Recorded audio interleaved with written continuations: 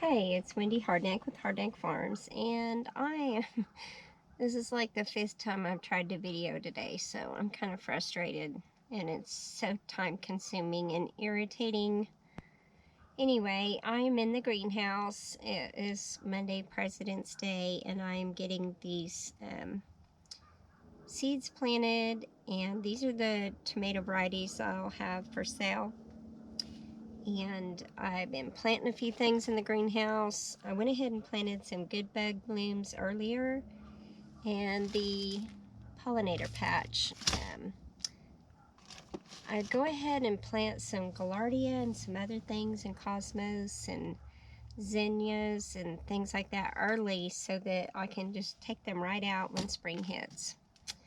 And I just love these art packs. Aren't they just pretty? This is food for the lacewings and the good bugs, beneficial bugs. You definitely want lacewings in your garden. They are amazing. I have them in the other greenhouse too.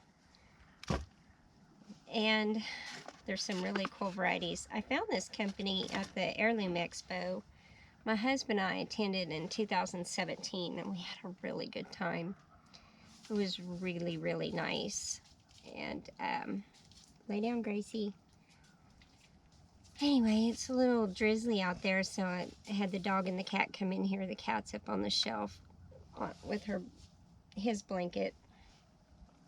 Anyway, the Heirloom Expo this year was really enjoyable. I got to sit at the Roughwood table with Stephen Smith and William Weaver, and I had the best time. I know I've talked about it many times. I'm a grower for the Roughwood seed collection, and there's some of the rarest heirlooms, and that is my passion. I am all about pure food. Of course, I'm vegan, everybody knows that, and so we have a plant-based farm, and I'm very comfortable with that. I love eating vegetables and fruits and greens and things like that. It feels so much better. If you get a chance, watch What the Health. Our food supply is seriously broken. Anyway, that'll be another video. A lot of the reason, well, I've grown for years. Always enjoyed the fresh food. Love canning. Grew up doing it. Learned about it from Grandma and Mom, and so I was hoping to pass it along. So,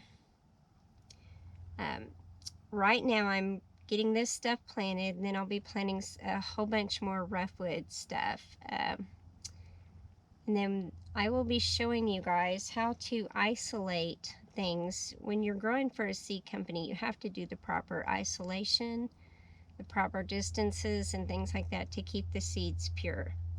So I'm going to be building some isolation areas. We ordered mosquito netting. It came in today. Each month I'll order more. This year the farm is expensive. We're doing some major restoration projects and it cost a lot of money. So anyway, I also will be teaching you guys how to properly isolate things so that you can save your seeds and save money. I highly recommend it. You want to save your seeds and you want to save money on your homestead. It just makes sense. For instance, your tomato seeds, they can last up to 10 years, but each season, if you do the proper isolation and you save your seeds, you'll want to put them up. You can put them in a bag, such as this. Make sure you label it, the year, and make sure that nothing cross-pollinates with it. If you do the isolation bags or like an isolation cage, then you can save seeds. It's really not that expensive, and it's long worth it. It's really worth it in the long run. I said that backwards. I seem to be dyslexic these days. Well, I'm in my 50s, so it's as good as it gets, guys. A little humor there. I hate getting tongue-tied. It's embarrassing. But anyhow, and peppers, they don't last near as long, so you'll need to each season you'll save your seeds, and then the next you'll put those up, and then you'll plant last year's seeds the next year, and you'll just keep rotating them so that you can keep your seed stock pure and keep it fresh and going. And it's just a really good way to save money. Also planting the bee balms today. I have a lot to plant, but I'm really excited this year. I'm going to be growing a lot of stuff for the Roughwood collection. So if you're not familiar with them, they look up the roughwoodtable.org, and they do have seeds available for sale right now. It is some of the rarest food collection around. I mean, just the varieties that I've never heard of, so many of the varieties. So it's really neat to be able to grow that and be a part of that. And I feel so honored to do that. It is my passion. I love growing food. I love growing the pure food. And I get to be a big part of something that's preserving our food. And that means the world to me. I don't know if y'all know that we have lost. I mean, God put everything on this earth to sustain us. I've talked about that many times. And He gave us all these amazing seeds and varieties for us, for our health. And a lot of those varieties are extinct. I mean, we have lost them, and it's a shame. It's just disgusting. And we really need to keep our heirlooms pure. We need to keep them going. Because once they're gone, they're gone.